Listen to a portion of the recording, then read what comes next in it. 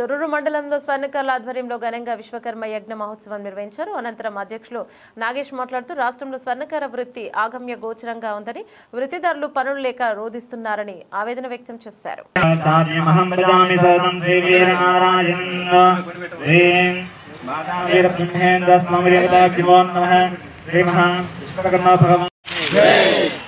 విశ్వకర్మ జయంతి ప్రతి సంవత్సరం మనం జెండావిష్కరణ చేసుకుంటున్నాం.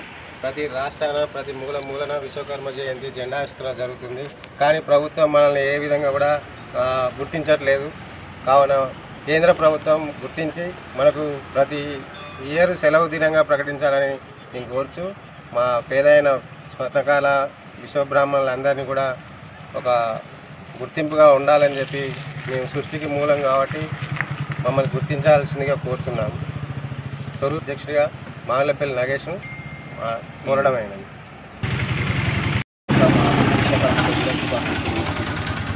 సెప్టెంబర్ 15 అనేది మనకు విశ్వకర్మ జయంతిగా కేంద్ర ప్రభుత్వం గుర్తించినప్పటికీ సరైన ఒక ఆధారం లేదు.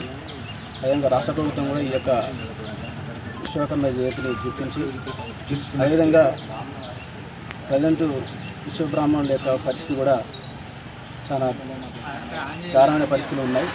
కాబట్టి ప్రభుత్వాలు కూడా విశ్వబ్రాహ్మణులను రాజకీయాల్లో కూడా అవకాశాలు కల్పించి వాళ్ళ యొక్క మంచి చెడులను కూడా ప్రభుత్వానికి తెలియచే విధంగా రాజకీయాల్లో కనుక అవకాశాలు కల్పించినట్టయితే ప్రభుత్వానికి ఈ యొక్క విశ్వబ్రాహ్మణుల యొక్క సాధక బాధలు తెలుస్తూ ఉంటాయి. అదేవిధంగా పేరుకు మనం తెలంగాణ సిద్ధాంతకర్త జయశంకర్ గారి పేరు వాడుకుంటున్న తప్ప దానివల్ల పెద్ద విజయం లేదు. తెలంగాణ లోపల తునిమరణం పొందిన యొక్క మలదేశంలో తునిమరణం పొందిన శ్రీకాంతాచారి పేరుకే వాడుకుంటారు తప్ప ఈ విధంగా విశ్వబ్రాహ్మణుల అభ్యున్నతికి ప్రభుత్వాలు పాటుపడడం లేదనేది మీ అందరికీ తెలిసిన విషయం. కాబట్టి ఇప్పటికైనా కూడా రాజకీయంగా ఆర్థికంగా తోడ్పాటు అందిస్తూ అందరికీ కూడా విశ్వబ్రాహ్మణులందరికీ కూడా చేదోడు వాదుగా ప్రభుత్వం సాయం చేయాలని ఈ సందర్భంగా కోరుకుంటున్నాం.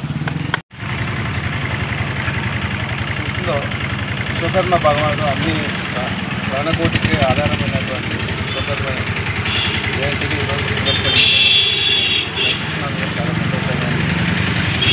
విశ్వకర్మలు అన్నిటికీ ఆతులైనా కానీ వాళ్ళని పగల తప్పులు ఉంచడానికి ప్రభుత్వం ముందుకు రావట్లేదు.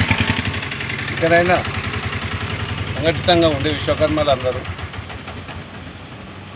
పోరాటాలకు ఎదుగుబిడ్డలుగా ఉన్నటువంటి విశ్వకర్మ జాతిని ముందుకు తీసుకుపోయి ప్రభుత్వాలపై ఒత్తిడి తెచ్చి క్షేమ వారి అభివృద్ధికి తోడ్పడాలని చెప్పి కోరుకుంటున్నాను.